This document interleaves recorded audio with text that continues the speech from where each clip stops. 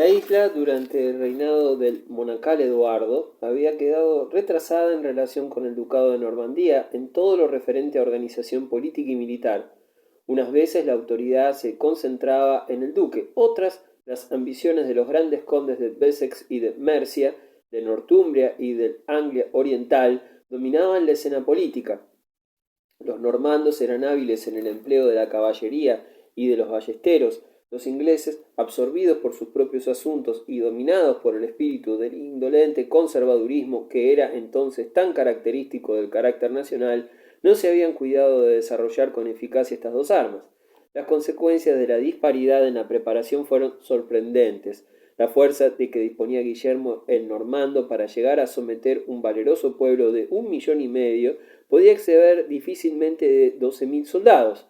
Así y todo, Inglaterra quedó postrada a los pies de sus conquistadores después de que el ejército de Haroldo fue expulsado de los condados del sudeste de Inglaterra y derrotado en la batalla de Hastings, 1066, en la que murió su jefe, no quedando ya sino unos pocos focos de rebelión local mal organizados y pronto suprimidos. Nunca país en el mundo ha sido subyugado más completamente. Si la población de Inglaterra esperaba ser tratada por Guillermo con la misma indulgencia que había caracterizado la conquista danesa de la isla 50 años antes, quedó hondamente decepcionada.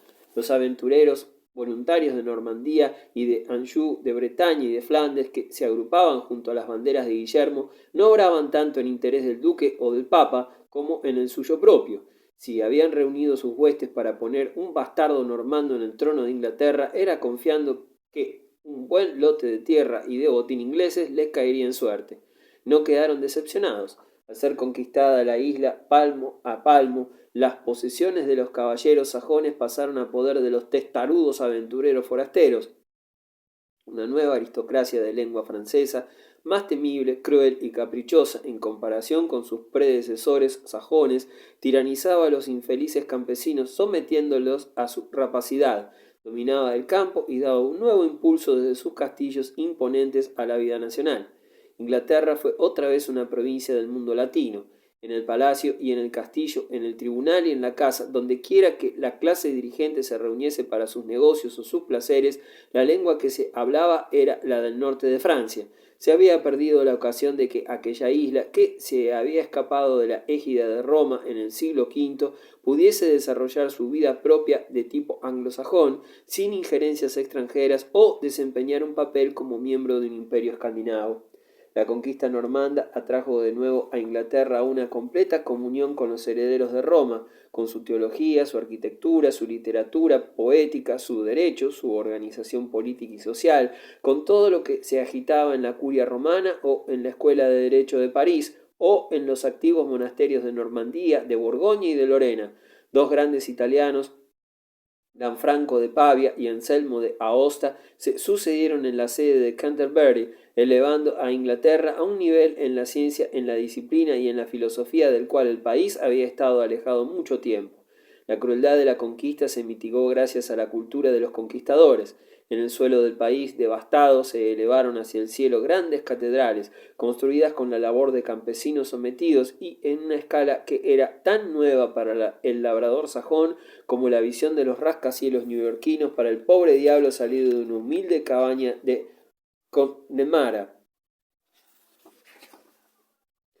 El despotismo de Guillermo, aunque parezca una paradoja, encubría en el fondo una bendición, la rémora de la vida europea del siglo XI y sin duda a través de toda la Edad Media era la anarquía y la guerra privada. El sistema romano de gobierno había sido roto y el carolingio había fracasado igualmente, no habiéndose encontrado nada eficaz para reemplazarlos hasta la época de la conquista normanda de Inglaterra. La Iglesia ciertamente utilizaba cuanta influencia poseía para salvar a Europa de la pesadilla de la guerra perpetua, iniciaba pactos locales de paz y, en una escala más general, la tregua de Dios, para la protección del domingo y de las grandes fiestas de la Iglesia, pero la influencia no es gobierno, y hasta que los tres principios cardinales de un sistema legal organizado de administración y fuerza, unos ingresos en dinero fijados previamente y recaudados, una adecuada fuerza legal consagrada a la defensa, no fueron restablecidos en su vigencia en Europa, no era posible que fructificara la simiente de la libertad. Un gobierno semejante, duro, despótico, pero a la larga saludable, lo debió Inglaterra a Guillermo el Conquistador. Con mano igual dominaba los rebeldes sajones y los sediciosos normandos. Los grandes condados ingleses se deshicieron y las posesiones de los normandos, casual o intencionalmente, se fraccionaron de tal modo que pudo reducirse el peligro de toda posición feudal. Si el feudalismo fue impulsado en su aspecto exterior, se lo impidió que perturbara en la esfera de gobierno.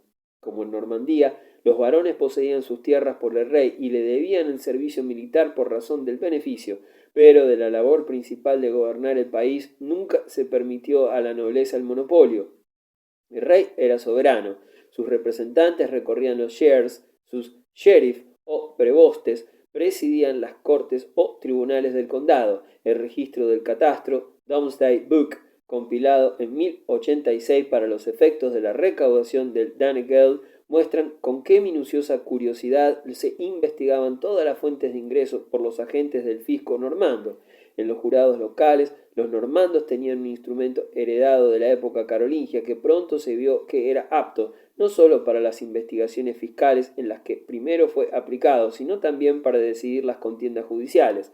Cuando la corte real en el reinado de Enrique II comenzó a aplicar el jurado a los casos de posesión litigiosa, la forma más frecuente de la acción legal en épocas de violencia y de inseguridad, su popularidad quedó asegurada. Los litigantes frecuentaban los tribunales que les prometían reparación barata y eficaz. La curia regis en el siglo XII era el instrumento de esta reparación jurídica y así, recabando para ella la parte principal de la actuación legal del país, elaboró el imponente sistema de la ley común, Common Law, con el cual el mundo anglosajón en ambos lados del Atlántico está hoy en día orgulloso de ser gobernado. Las raíces de este sistema estaban profundamente arraigadas en el suelo de la antigüedad germánica. Contribuyó enormemente a la autoridad de Guillermo haberse considerado como el heredero legal de Eduardo el Confesor, haber recibido la corona de Britain y haber actuado a través de las viejas cortes populares de las centurias y de los shires, las ideas primitivas de la ciudadanía inglesa, tales como que los hombres estaban obligados a prestar su concurso a dichas cortes o tribunales, a ayudar a perseguir a los malhechores, a servir en el fyrd o milicia y a contribuir a la construcción de puentes, caminos y fortificaciones. La Inglaterra normanda no podía ser gobernada sin la cooperación del pueblo inglés, así como tampoco es posible administrar la India británica sin un cuerpo numeroso de oficiales indios.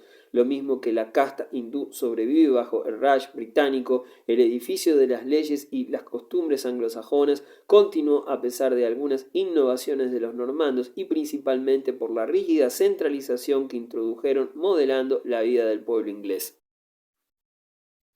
La tarea de centralizar el gobierno se hizo más fácil por ser la Inglaterra normanda un país pequeño.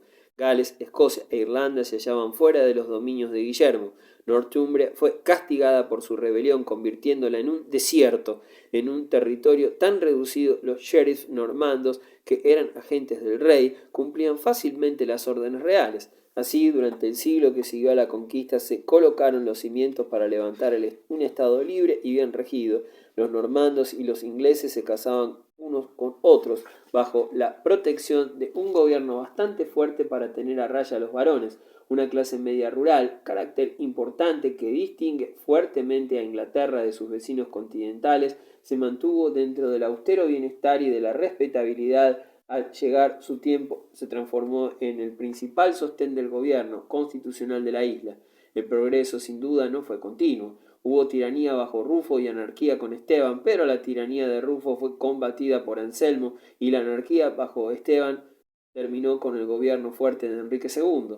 Antes de que este soberano, que era genial por su gran fuerza de inteligencia y de acción, pudiese terminar su obra, los jueces reales comenzaron ya a funcionar y desde entonces nunca más han dejado de cumplir su ministerio, respetando la autoridad del rey y la majestad de la ley.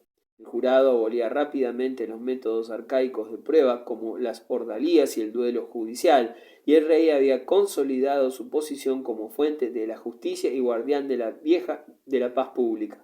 Los problemas de raza habían desaparecido. En la vieja milicia nacional, que ahora se volvió a crear y que volvió a florecer, El rey de Inglaterra poseía una fuerza de defensa más segura que las levas feudales, más barata y más popular que una fuerza mercenaria. En la exactitud de la administración de su hacienda, sólo la isla normanda de Sicilia podía compararse con la Inglaterra de Enrique II. No se malversaba ni una moneda de 6 peniques. En comparación con los laxos métodos financieros de Alemania o de Francia, la tesorería inglesa era una maravilla de eficacia. Al llegar a rey de Inglaterra, Guillermo el Bastardo no dejó de ser duque de Normandía, ni para él ni para sus partidarios o sus descendientes. Tenía nada de anormal la existencia de un estado de lengua francesa más allá del canal. Si Sicilia estaba unida a Apulia, Inglaterra podía estarlo con Normandía. El rey de Inglaterra era, respecto a su ducado normando, un vasallo del rey de Francia. Muchos de sus principales feudatarios tenían tierras en el continente y todos tenían allí parientes. Para ninguno de ellos, cuando buscaban aventuras, las colinas de Gales, los pantanos de Escocia o de Irlanda eran tan atractivos y familiares como los campos de Francia. Mientras una parte de Francia permaneciese anexionada a Inglaterra, había de tener una fuerza de atracción más poderosa que la que el electorado de Hannover en tiempos de Jorge II pudo ejercer en la política inglesa. Muchos años pasaron antes de que el rey de Inglaterra pudiera considerarse solo como un rey insular.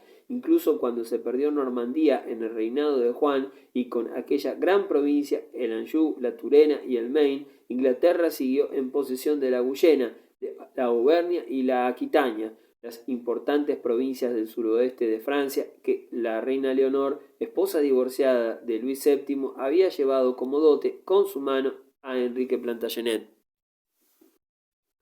De estas complicaciones geográficas, así como de las disputas de marineros y mercaderes, resultó un estado crónico de hostilidad entre los reyes de Inglaterra y los de Francia, que, con algunas treguas, duró hasta mediados del siglo XV. Comenzando como una guerra civil francesa, la lucha siguió como un conflicto entre dos naciones distintas y conscientes de sí mismas. No fueron empleados grandes ejércitos, ni las campañas duraron largo tiempo, ni surgieron filosofías nuevas en esta lucha prolongada inconexa. La guerra medieval era en parte una convención social, en parte una diversión, en parte especulación financiera, cuando no era una cruzada o el resultado de rivalidades personales o del orgullo resentido. Pero por poco importantes o por frívolas que parezcan esas luchas medievales comparadas con los sacrificios y las matanzas de la guerra moderna, las de Francia e Inglaterra en la Edad Media tuvieron vastas consecuencias para ambos países. De ellas salieron dos naciones netamente distintas en su estructura social y en el temperamento personal, así como eran opuestas por una larga tradición de emponzoñada hostilidad. Francia quedó victoriosa, pero no supo durante muchos siglos aprovechar sus victorias para un provecho durable. Inglaterra fue derrotada, perdió Rouen en 1204, Burdeos en 1453, Calais en 1552. Cada yarda de suelo francés fue entregada, cada finalidad por la que habían luchado sacrificada. Las tumbas del conquistador y de Enrique II quedaron en tierra extranjera, pero después de sufrir este duro revés, Inglaterra encontró poco a poco su camino hacia las grandes tareas que le aguardaban, la unión de las islas británicas y la conquista del imperio ultramarino. Inglaterra, entretenida en su lucha con Francia, había permanecido ciega ante sus verdaderos derroteros. Las ocasiones fueron despreciadas, nada se había realizado con persistencia. Hasta Gales, conquistado por Eduardo I, no fue incorporado hasta el reinado de Enrique VIII. Tampoco se convirtieron los habitantes de las tierras altas escocesas en verdaderos súbditos de la corona británica hasta que Carlos Eduardo fue derrotado en Culloden en 1745. El espíritu del celta irlandés, atacado a menudo, continúa todavía hoy hostil e inasimilable.